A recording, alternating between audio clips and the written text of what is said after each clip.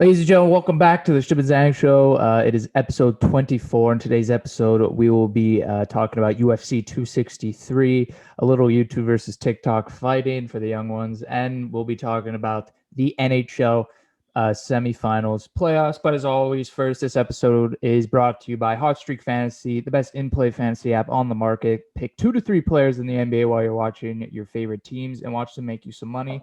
Hot Streak is matching your initial deposit as a bonus, so get Hot Streak Fantasy app now, especially it's the second round, Eric, now of the NBA playoffs. Or it's going to soon be the third round. So there's going to be a lot of time to bet on your favorite players. Exactly. It's a jam-packed episode, and as always before, roll it!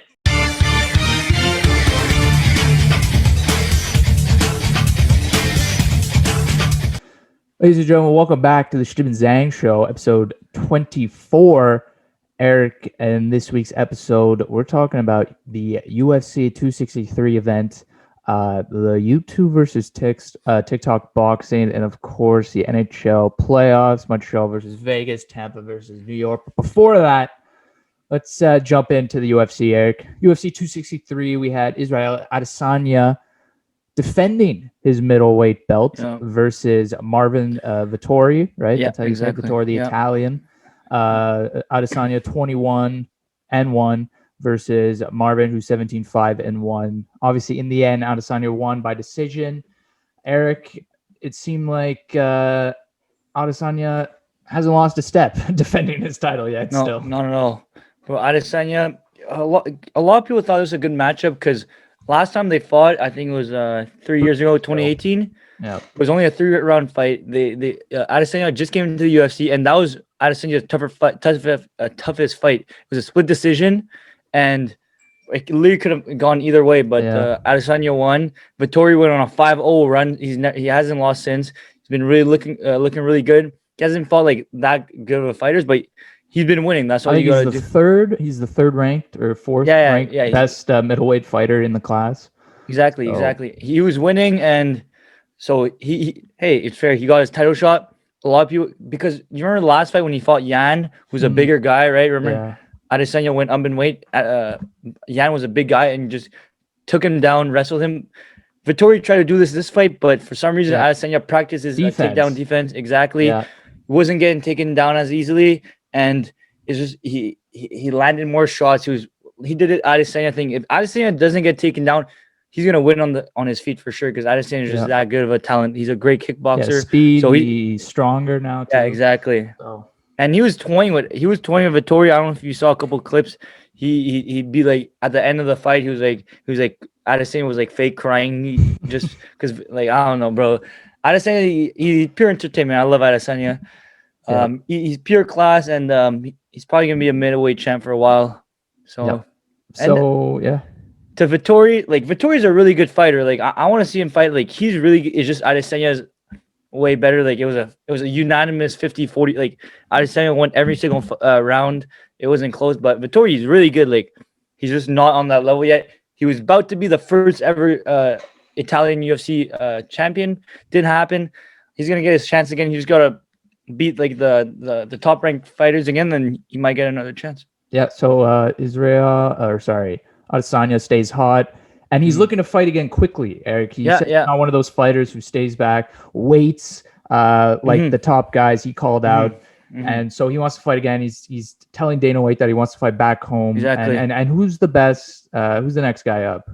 So the next one up is 100% Robert Whittaker. So Robert Whittaker, Adesanya in Australia a couple years ago, in 2018, took the belt from Whittaker, like in front of, because Adesanya technically he's from New Zealand, and then Whittaker is from Australia. So it was a big fight. Like there's tens of thousands, like so many people in the stadium. Adesanya beat him. It was a super event. It was crazy. Took the belt. Robert Whittaker hasn't, like, I don't think he's lost since. He's been really good, beating some really top contenders. And he was supposed to fight next, but he had a fight pretty recently, so he had to recover. But if Whittaker didn't get like injured in his fight and like he'd be able to fight. So 100% Whittaker next, and then after that I don't know. But Whittaker, it's gonna be a really good fight. I'm telling you, because Whittaker is still one of the best middleweights of all time. Adesanya's climbing to be the GOAT right now, probably on pace to be one of the best middleweights. And I'm telling you, Adesanya, he's tough to beat unless like a really, really good wrestler comes in, like a really good wrestler that can take him down easily at 185. We're gonna have to see. Well, yeah, if there's not much else to say on that fight, that was a good fight, and I'm excited for Adesanya's next fight to prove so he could keep getting to that GOAT status. But we're not going to talk about the flyweight. It's not really a division of interest. So we can just say like Brendan Moreno won. He's the first ever Mexican UFC champion, but submission round 3. Like no one really watched it, but like it's still gotta give his. See little guys fight. What are they? 125? That's like come on now. I'm bigger than that. Yeah. That's I'm not saying I can beat these guys, but yeah, that's like child's play. So let's move on to a more exciting fight, which was the welterweight division, where Leon Edwards took on Nate Diaz. Yeah, exactly. Obviously, Nate Diaz. Everyone knows Nate Diaz, a very popular fighter. Leon Edwards, who's 19-3, faced Nate Diaz, 21-13. Leon won by decision at the end of round 5. So, Eric, break it down for us. This fight. Okay, so first coming into this fight, Leon Edwards, third rank welterweight. This guy was on an 8-fight win streak, hasn't lost in 8 fights. His last fight, which was like 1 or 2 months ago, he actually poked a guy in the eye, so it was a no con. Like he poked a guy in the eye. Oh yeah, I heard about this. Yeah. So it was a no contest, so that doesn't really count. But so this was his 9th fight. He won this, so he has 9 fights and win. His last loss was actually to Kamaru Usman like years ago, so a while ago. And the only like Leon Edwards, like he's probably like after Kobe Covington. You probably know Kobe Covington. Yeah. After Kobe Covington, Leon Edwards probably next up to fight Kamaru for the belt if whoever wins that fight. And Leon, like, so for Nate Diaz, obviously Nate Diaz, he's like a lightweight / welterweight, but he's kind of small for a welterweight, and Leon's kind of big for a welterweight. But I'm telling you, Nate Diaz put up a fight. Leon Edwards won first 4 rounds. Leon Edwards won it. He was kicking leg, and then the 5th round, there's a minute left. Nate Diaz caught Leon. Leon started stumbling, but Nate Diaz, instead of finishing the fight, he pointed at Leon instead of finishing the fight. So he just pointed at Leon because he's an entertainer, Nate Diaz. He could have finished. He couldn't, like, he should have, like, at least kept punching. Bro, Leon started shaking. Nate Diaz starts pointing at him like, yo, bro, finish. But then, so yeah, bro, that's just Nate Diaz. So yeah, so like Nate Diaz, bro, this guy doesn't care, man. The guy had a night. He had a night. He partied with Nelk all night. So this guy was showing his ass like half the time, bro. This guy, like, he was doing the Kim Kardashian. But he's pure entertainment. And that's why people like we know, like, he might win some, like he might lose some, but like he's entertainment at the end of the day, and he's a big name for sure. He got the bag and put up a good fight. So I'm because any fight with Nate Diaz is gonna sell pay-per-views. Yeah, and for sure. People are excited to see, like, because a lot of people don't see this as a loss for Nate Diaz, because Leon Edwards is literally one of the best welterweights out there, and he almost beat Leon. So Nate Diaz still, like a lot of people consider this a win for him because he was a big underdog, and he can probably make bigger fights, like maybe another Conor fight, or maybe like another big fight come up for Nate Diaz. But for Leon, what's next is he's probably gonna have the winner of Covington and Kamaru. That's what's gonna happen. Wow. As always, that's the UFC breakdown by Chtib Zhang for you. Excited for the next time that happens. But let's move into the next topic, similar from the UFC, just a different type of sport. It's boxing. And no, not just any type of boxing, Eric. Some kind of horror show went down just recently where famous YouTubers faced off against famous TikTokers in boxing, Eric. Yeah. Obviously, the main event, Austin Mcbroom. Obviously, this topic is for...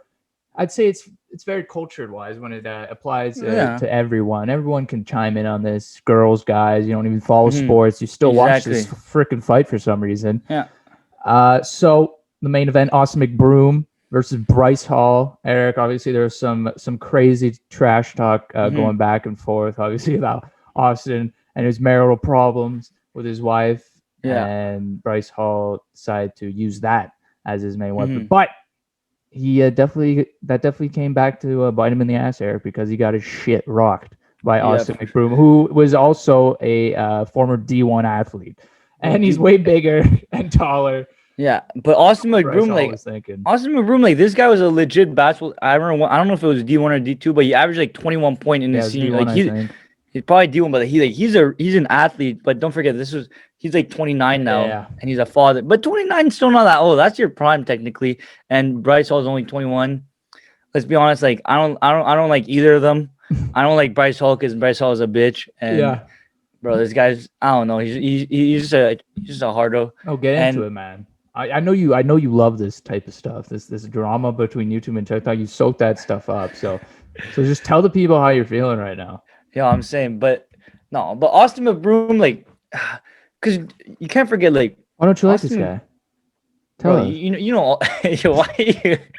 You know, I don't know. You know all the things that I don't know. There's like rumors of like Austin Mcbroom, but I low-key want Austin Mcbroom to win just because like a YouTube guy, and he's a basketball player, and he's friends with a lot of basketball players actually. Like he has a lot of famous friends. Like I don't know, it's just like he has a better vibe than the one I get from Bryce Hall. And hey, he talked his talk, and Austin Mcbroom won. Bryce Hall. Did you see the video? Was like Bryce Hall was like, "Oh, I won 40 street fights. I'm a real fighter." Obviously, those 40 street fights. Yeah, exactly. Shit. And then at the end of the fight, Bryce Hall goes, "Yeah, I've never been in an actual fight." Like, bro, this guy. Like, yeah, obviously Bryce Hall.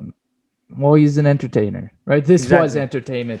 So a bunch of people are gonna say shit, and just boost their ego as much as they can. Yeah, obviously. Exactly. But they sold. Yeah, they had to sell the fight. And Bryce Hall's always gonna have loyal fans that are gonna love him till he freaking dies. But some bunch of like 12-year-old girls though. But that's why. So he's always he can just go up and say, "Yeah, I lost." But don't forget, like this fight brought a lot of eyes to boxing. Like how many boxing fights have we? The only boxing fight we actually watch are the weird one, the big one, exactly. And YouTube, we.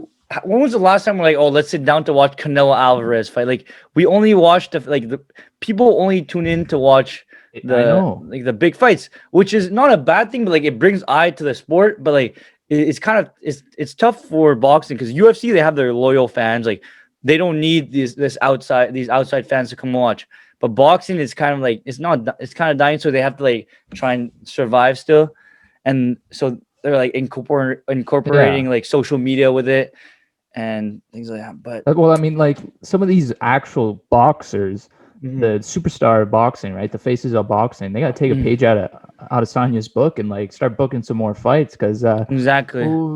Remember the Gypsy King? He hasn't fought in forever, and he's a big boxer. I'm just saying, like more of these YouTubers and TikTokers, they're throwing out fights like by the month, right? But someone the only famous with millions of followers is fighting, so they get attention more than the actual boxers. But the reason why that happens is because boxing messed up. Fight more, or they gotta keep themselves safe. Boxing, they created too many. There's like, let's say for like middleweight, there's like 6 belts for middleweight. Like in UFC, there's 1 belt you have to win, right? In boxing, there's like 6 of them. So like no one has time to like keep track of all of them.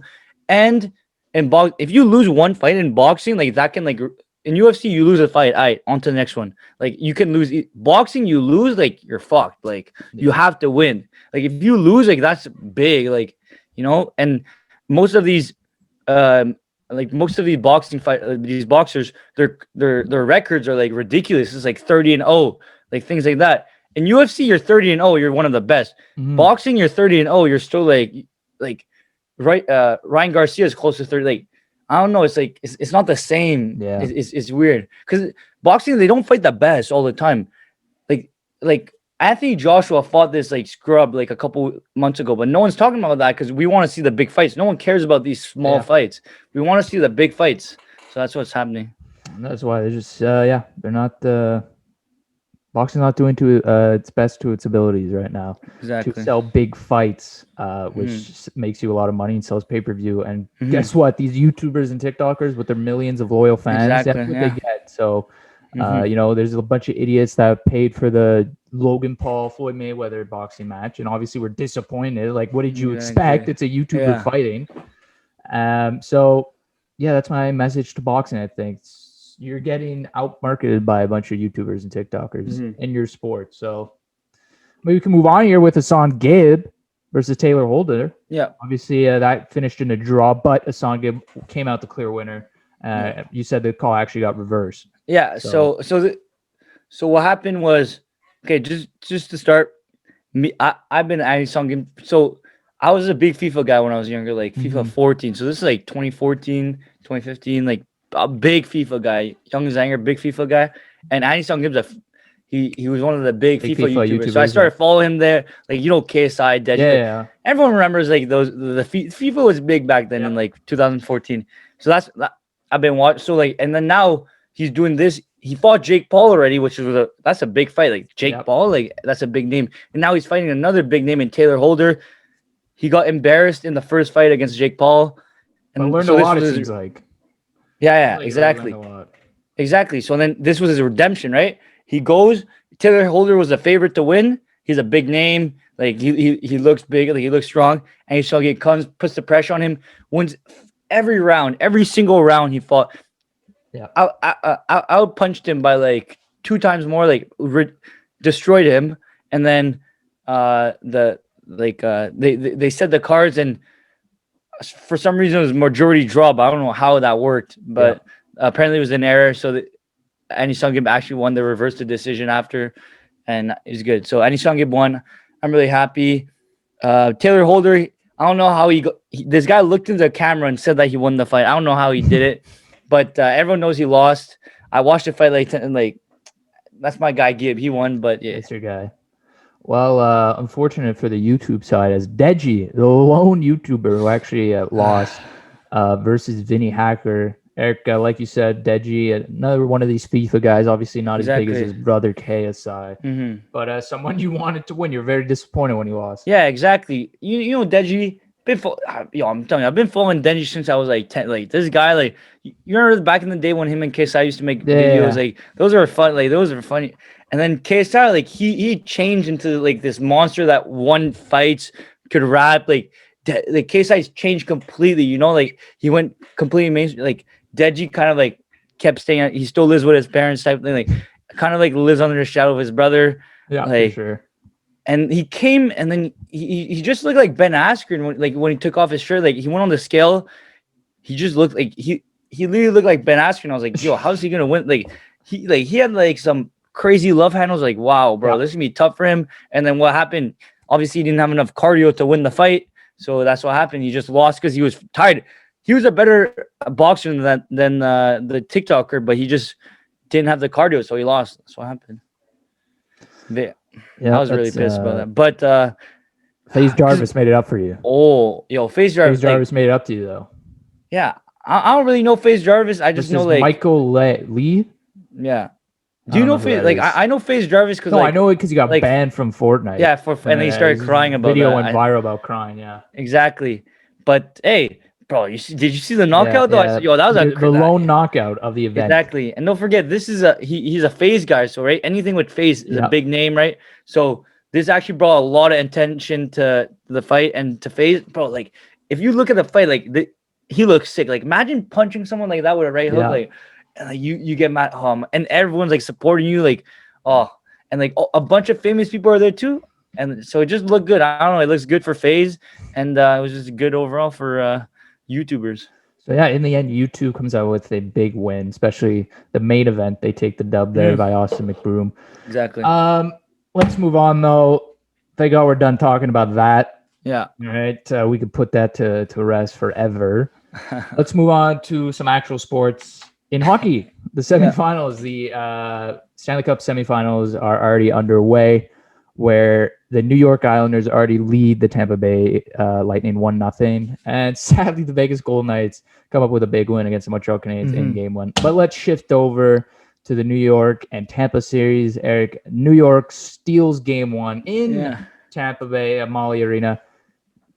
Yep. Eric, I don't know if you watched the game. I watched the game. I watched a bit. I didn't watch the whole game, but I watched a bit. New York just makes Tampa's top 6 just look like nothing. Just their defensive system of Barry Trotz, the forwards, the D, they all know their roles. and how to play defense. And man, they just shut down Kucherov, Stamkos, their top lines. And it makes Tampa Bay look so vulnerable that they can only score on the power play. New York only took 2 penalties that whole game, Eric. And if they can keep that up, I don't know. I'm not putting Tampa Bay's 5-on-5 play into question. You know, they're a great team, the great forwards, they could figure it out. But man, just I don't know if New York keeps this this game plan going, just taking no penalties and doing their defensive system. And they find ways to score, New York. Let me tell you, they do find ways to score. But that's the thing in the playoffs. Like, don't forget, Barry Trotz, one of the greatest coaches of all time. Now he's proven it, yeah. But that's the thing. Like, you have to tell your players, it's the playoffs. I want you to play physical, right? You have to play physical, and just like don't take stupid penalties. Like, don't take penalties. Like, you don't have to take penalties to play physical, right? And okay, wait, yo, some jazzy ringtone back there. Jeff keeps calling me, yo. Just keep talking, Steve. I'm coming back. What? We could just leave mid-show. Well, anyway, I guess this is a Chtibly solo. Well, I've always been waiting for my own. Oh, you're back already. Okay. My bad. Jeff was calling. I thought I was have my own solo. Okay. Okay. Anyway. Yeah, New York, Tampa. Yeah, like you were saying, the playoffs. I'm guessing you're gonna say all players need to tap in. You know. Yeah, exactly.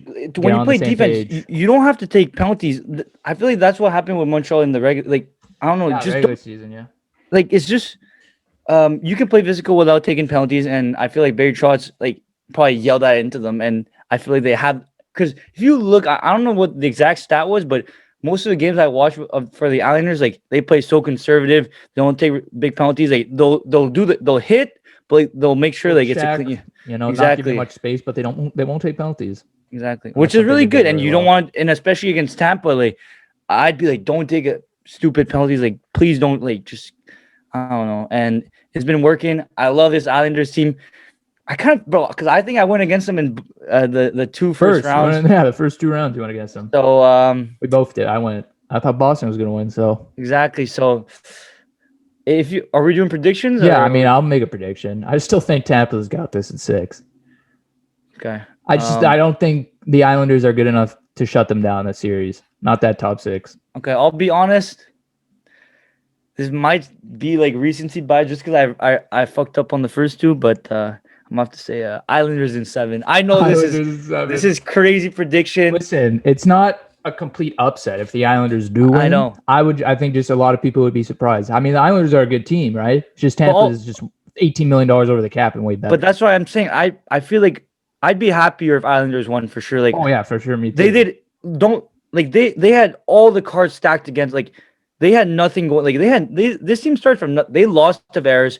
They just got brought in Barry Trotz, and like they just did everything properly. They didn't cheat the system. They didn't do anything sneaky. They just did what like, it's just like, that's what hockey's about. Like, they didn't cheat their way. That's what they just did everything. Are you trying to call out somebody here? No, but just, like, Tampa's going over the cap. Like, I know that sounded like a Tampa dig right there. No, but like Vegas, they got a bunch of, like, because they're expansion team, so they got a bunch of picks, and then, you know what I mean? Like, I don't know. I think Vegas just took a different route. No, but that's I'm saying Islanders, like, they weren't supposed to be they're underdogs at every single level. They have no superstar, like, no. See, that's what I think. I don't think it's underdogs. I think it's more like people doubt the Islanders just basically because they don't have flashy offense. They don't have flashy superstars, that carry the puck, and then they just play a good hockey game. And they have a system and they stick to it. And some people hate it. They hate the way how, like, they play and how they win. And people call it boring. But at the end of the day, like, Montreal and New York aren't so different. That's how I see it. So that's why I don't dish on a team that bad, because the team I like the most kind of plays that same style of hockey. No, but to me, it's mostly just Tavares leaving, It just shows, like, when Tavares left, because Tavares was the face of the franchise for, like, 7-8 years. And then he just leaves, right? Just because he wants to go to Toronto. And that's, like, in the last, like, decade, like, that was one of the biggest in hockey. Signing. Players don't just, like, leave. And then he left Islanders, and then look, they've only been better since. Better than Toronto. They've been better than Toronto by since far. Tavares has left. So, we can get into the Tavares Maple Leafs. I've always said it was a bad signing. I always knew it was going to screw with them, because I think they would have been better off if they kept Kadri, kept all their young guys, like Kapanen, Andreas Janssen. They all kept those guys. Look, soon they're going to lose Zach Hyman. I love how we keep talking about the Leafs guys. Yeah, I know. Soon, eventually, they're going to lose Zach Hyman, and they're going to have to try and win with that core and kind of do the same shit that they try with Joe Thornton, Jason Spezza, just bring these vets around them. So, yeah, I have always said the Tavares signing, he should have stayed in New York or came to Montreal, but thank God, because he doesn't look like the same player. Exactly. But, yeah, New York. Like I said, they get down. I'm surprised with myself that I said New York. I feel like Tampa's gonna win, but if I for a prediction, New York and I don't know, it's just I mean, hey, Tampa's look vulnerable. They've gone swept before by the Columbus Blue Jackets because of this. Columbus played a hard check-in game style, and that's kind of the way to beat Tampa Bay, right? You don't take penalties, but you shut down their top guys, you check, and stuff like that. So I still think. They're going to try New York, try and replicate the same thing, but I think Tampa eventually is going to, they're going to score more 5-on-5, and New York's going to take more penalties because of it. So I'm going to take New York in 6 on this one still, just like last year, Tampa in 6. Tampa in 6 for me. Okay. Even though, I like New York, and I hope they win. So let's shift over to the other series, Eric, when Montreal Canadiens made it to the semifinal. They had a little break because they were waiting for Colorado, Vegas to finish up. Yeah. Vegas wins that series in 6 after Colorado blew 4 games in a row after winning the first 2. Just a total breakdown, an embarrassment by the Colorado Avalanche. I know their fans aren't pretty happy with it. So let's talk about it, right? I said this was the better matchup for Montreal, and I'm still saying that after they still lose 4-1. I still think we're going to do better against this team than we would have against Colorado. So game 1, I thought the building and all the fans, Eric, wasn't going to be a factor. I knew the Montreal Canadiens. I thought I knew this team. But even, man, I'd sit on my couch and I watched the game, and I felt intimidated of the arena in Vegas. I mean, $18,000 fans, 18,000 fans in the stadium. And so, sorry, Eric, hold on. I'm going to pause it. All right, we're back. So the fans in the stadium in Vegas, man, it was, let me tell you, intimidating just from a fan's perspective. I think the Canadiens were overwhelmed playing in the arenas with no fans all season. And then when they first got a look at a full stadium, I think they got a little overwhelmed. And Vegas, like I said, when I was breaking down both teams, Colorado and Vegas, they're a big team, man. They only have one forward under 6 feet. I think it's Jonathan Marchessault. So, and they're a big team. They check you hard. They don't give you much space. And they just have 4. They can roll 4 lines, kind of like Montreal, very similar team, but bigger, obviously, and more talented. And the story for game 1 for Vegas was their blue line, Eric. Shea Theodore, Martinez, Holden, I think it was Nick Holden. Price played a good game. He let in 4 goals, but man, he made some clutch saves, especially the one on Mark Stone. So Carey Price looks himself for this series, which is good. Just the team didn't come out well, but another storyline for Montreal, Eric, the young forward, Cole Caulfield, gets his first playoff goal on the power play. And yes, the power play looked really well too, Eric, man. Let me tell you. It seems like the power play is getting better every series. They really had a legit setup. They had the umbrella, or I think it was the diamond. They kind of like the Vancouver Canucks behind the net. Everyone saw the goal. So really good setup. Just Montreal came out of the game the first 10 minutes dominant. They looked really good. And then I think after that, it was just all Vegas. I think but that's just took over. Cole Caulfield, that's his first goal. But this guy, he's every time he's on the ice, he plays good. He's had a lot of opportunities. Don't forget, remember against Toronto, he got that pass to Suzuki, the 2-0. Cole Caulfield's been really good, but Vegas, man, they're deep. They have no weak. We've talked about this before. We always talk about this. They have a good team. They're D. I know Alec Martinez and Pietrangelo scored their first 2 goals. I was like, damn, bro, they're D strong. They can score 2. And then Shea Theodore. Oh yeah, my bad. Wrong defenseman. My bad. It was Shea Theodore, and they still have Pietrangelo too. Yo, holy fuck. And then so it's I don't know, how do you, which way would you see the Montreal winning? What's the only way for Montreal to win this series? What would they have to do in your opinion? Well, it comes down to Wednesday's game, I think. Game 1, Montreal had some sparks. they're missing Petrie, so that's 25 minutes. You have to log differently, right? You got to give it or separate it somehow amongst the other defensemen. Brett Kulak, with the more ice time because of Jeff Petrie, didn't really have that good of a game. Not really a good game. A lot of turnovers, a lot of bad plays that cost him some goals. So I don't know if he's going to get scratched next game when Petrie comes back, if Romanov stays. And Kulak's the one getting scratched because Romanov had a really good game. He had more ice time because of Jeff Petrie, obviously, but he laid a big hit on Pietrangelo. Yeah, I saw just like that. The confidence. This kid's a stud, man. The confidence. He's playing with so much confidence. You don't see young rookies doing that to vets like Pietrangelo. So he played a really good game, I think, in game one. He was physical against a physical team. He didn't let them, make their mark on him in the defensive zone. So I expect him to play game two if Petrie comes back. And for Montreal, their game plan is, they got overwhelmed. They got a glimpse of what it's like. So, try and get your mind to focus more on the game and not the crowd.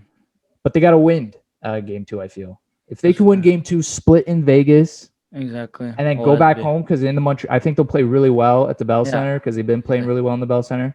So, I don't know, Eric. If they can, are they allowed more fans in the Bell Center? No, I think it's still 2,500. Okay, so just to get away from that type of atmosphere of the Phil exactly. Buildings. If they can split series, get back to Montreal. But the only I don't thing want to make a bold call, but listen, if they can split the series, I don't want to jinx them, but I'd be confident in them. I'd be confident in every game for Montreal to win those two games. That's fair. I don't know. I think it's vital for Montreal to if they can split in Vegas, to take advantage of the Bell Center atmosphere and hopefully win 2 games. I don't know. It's gonna be hard, but if it's not impossible if they could win the next game. They just got to win the next game, I feel. Exactly. Because then if they don't, they have to win 2 at the Bell Center. They have to. So, because this isn't the Toronto Maple Leafs. This is a team you're gonna bully and get in their heads so you can come back 3-1, right? So, some sparks of goodness. Philip Deneau did a good job, I'd say. He had a weaker game than most because obviously the size difference, but he had a good game shutting Pacioretty, Stone down, except for that one chance that they got, which Carey Price made that ridiculous glove save. But it's the 4 lines of Vegas. Their third line was great. Tuck. Josh Anderson got outplayed by Tuck in that game. Fair. Alex Tuck had more hits. He was more physical on the Montreal Canadiens, had more chances. And Josh Anderson, like I said, Eric, that's one of the X factors of the series is Josh Anderson. He's got to get going for Montreal to win the series. He's got to compete with that dangerous Vegas third line. He's got to be an offensive threat. And he had chances. He was great. He had chances. He just got outplayed. But he had chances. He's just got to start scoring. And he's got to be more physical on the Vegas players. He's got to outplay Alex Tuck in that department, which is hard because Tuck is like 6'4", 220 pounds. So, there's a lot of keys. Carey Price is playing himself. Yeah. Shea Weber looks like he got a little thumb injury or something. So hopefully he's not injured. Hopefully he comes back healthy. Like I said, I don't know. It's hard for the smaller guys and the younger guys. Suzuki, Caulfield. Exactly. It's going to be hard for them to score against this team because they're big. So the thing that scares me with Vegas is like Montreal hasn't played a team that has checking. That's defense. What I said. Yeah, elite not defense. Even elite defense, just the checking, the size. Yeah, exactly. But the checking, they're bigger. They have more vets. Like they've been there before. Was it the 3rd time in the conference finals in the last 4? Exactly. And Fleury's probably not better than Price, but almost as good. Maybe not, but Fleury's an elite goaltender. He is. The D for Vegas is what really puts them over the edge. I feel like, because they're all big, they can move, and then Vegas, every single line like Montreal, and they have more superstars too. Like Montreal, every line can compete for Vegas. Well, Vegas doesn't really have who's superstar S? Mark Stone and Pacioretty. They're but Pacioretty's not a superstar. He's an elite forward. But Mark Stone, is he a superstar in this league? I mean, he doesn't really skate like one, but he's got the hockey IQ, right? Yeah, but he's basically a point per game player. So to me, a point per game player is pretty much maybe actually pretty fair, yeah. Because Pacioretty is a point per game player. Yeah, this season he was, but in an 82 game season he's not. But if you compare it to Montreal, has no one cracking. Montreal has no superstars, right? Yeah, they're very similar to Vegas. They just don't have the talent. and the on the defense back and the core experience, and the forward group, but they're built like Vegas. So Fair. that's what's tough. Still, though, I still think they match up better. I still think Montreal, if they can play to their game, use their speed more, because I know it's hard. You know, their zone's getting clogged up. The neutral zone's getting clogged as well with the big bodies. They just got to keep playing with their speed. Use that to their advantage, especially guys like Suzuki, Caulfield, Paul Byron, Josh Anderson. He's faster. He's faster than most Vegas guys on the ice. So, but Montreal, I think they just got overwhelmed. But they got to come out Wednesday. They got to win Wednesday, man. Yeah. They got to bear down. They just got to bear down. First game, jitters, overwhelmed by the crowd. But next game, man, Montreal had the crowd silent for 10 minutes, Eric. Silent. For the first 10 minutes of the game, dead silence. I was like, oh, this is the Vegas crowd. And then, Montreal was killing it. And then Vegas played their game, rolled 4 lines. And then, the crowd got into it. And Montreal just got over. The fourth line, it's going to be tough for them. They had some sparks there at the fourth line, but they don't look as dominant as they did in the Winnipeg series because they don't, they won't get as much space as they did. They're going to be checked by bigger dudes. Corey Perry got laid out by Nick Holden or something, or Zach Whitecloud, I think. So it's going to be a physical series. Montreal is just they're smaller in a way. They're just going to have to, up the physicality more. But I'm happy Montreal is playing Vegas because we've never really seen Vegas the crowd, because they're a new team, right? And how often you're going to see Montreal? Probably never in the playoffs. They're never going to play Montreal in the playoffs. You don't see this often, so it's kind of nice to see. And Vegas, they have apparently one of the best crowds, and also it's a new team, right? When Vegas became a team, NHL literally went more mainstream than ever. Yeah. This team, literally the Anaheim, when Anaheim had a team because of a movie, that they had that kind of effect. So, Chtib, what's the prediction? Are we doing live prediction? Yeah. I'm not gonna. I'm gonna go Habs in 7 again. Okay. I know that means winning a game in Vegas, but I'm not gonna say Vegas is gonna win this series. Obviously, okay, I gotta still believe, Eric. I gotta still believe in this team, especially going back to the Bell Center. So, okay. I think I already know who you're going with. Okay, well, I'll just start. Hater of the Montreal Canadiens. Gone against them every series. No. Okay. I hope this gets clipped too. Okay. So everyone who's commenting, right? Zhang suggestions. I didn't predict anything. Yo, call them out. Who are those? Yo, everyone, bro. Yo, Tyler Myers. Tyler Myers, right there. What? Tyler Myers. Do you not see him calling me out in the comments? No. But he did. Nick Tremblay. Yo, call him out. Matthew Smith. I can't do that. Yo, you're too scared, but you say his name, Andy Brooklyn. You're calling him out. I'm not calling him out, but calling him out, Andy.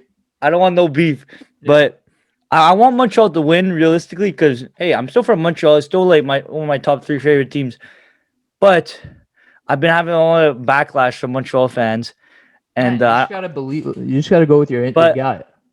And my gut does say Vegas in 6, so that's what I'm going with. Yeah.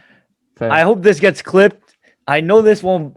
You're not the first one to say Vegas in 6. So I'm pretty confident Vegas is going to win this. So I really don't like the Jets one. Okay. But the Jets one, when I said it, you can tell I wasn't confident because I didn't really know. But this one, you have to be confident, man. You got to get a set balls. No, shut the fuck up, bro. This one, no, because the other one was like a 50. I didn't care who won. But this one, I'm pretty confident. I want Montreal to win, but I'm telling you, Vegas in 6. Clip it right now. If you use it against me, it's fine because, all I'm saying is just don't start. Don't. I know Tyler, Nick Tremblay is probably or G's probably commenting right now in the comments oh Zhang's bro, just wait for just wait till the end of the series and then we'll see if you're still commenting the same thing or comment and then I'll use that against you later on. But well, you're not the Messiah, okay? You literally bet against this team twice. Okay, and now the one time they made it to the conference final against a top team, you're like, clip this. I'm pretty confident Vegas. No, I didn't bet, bro. The first series, Toronto maybe. You did. I'm pretty sure but that. Yo, come on, bro. That and then Jets doesn't count. Come on, bro. Jets, I said no prediction, so it's not. Bro, I forced you, and your gut said Winnipeg. So no, I didn't say bro. I just said something. You said Winnipeg in 7. That was your gut. That was your gut pick. I just said Jets because you said Montreal, so I have to go the other way. That's how it be sometimes. Trust.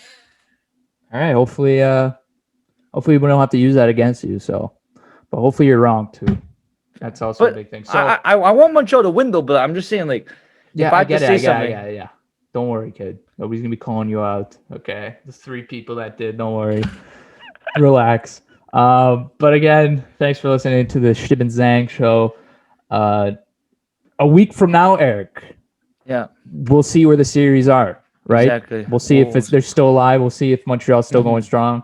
This could be the last episode where we. I'm just saying. Okay. I'm not going to say anything. I'm not going to jinx it, but fair. Next week we'll get more news, more information on what's going on in this series. So stay tuned for that. And as always, thank you for listening to the Chtib Zhang show. Thank you if you're watching on YouTube or listening on Spotify. Yeah. And again, check out Hot Streak Fantasy app. As always, we like you. We love you. And thanks for listening. Peace. See you in the next one.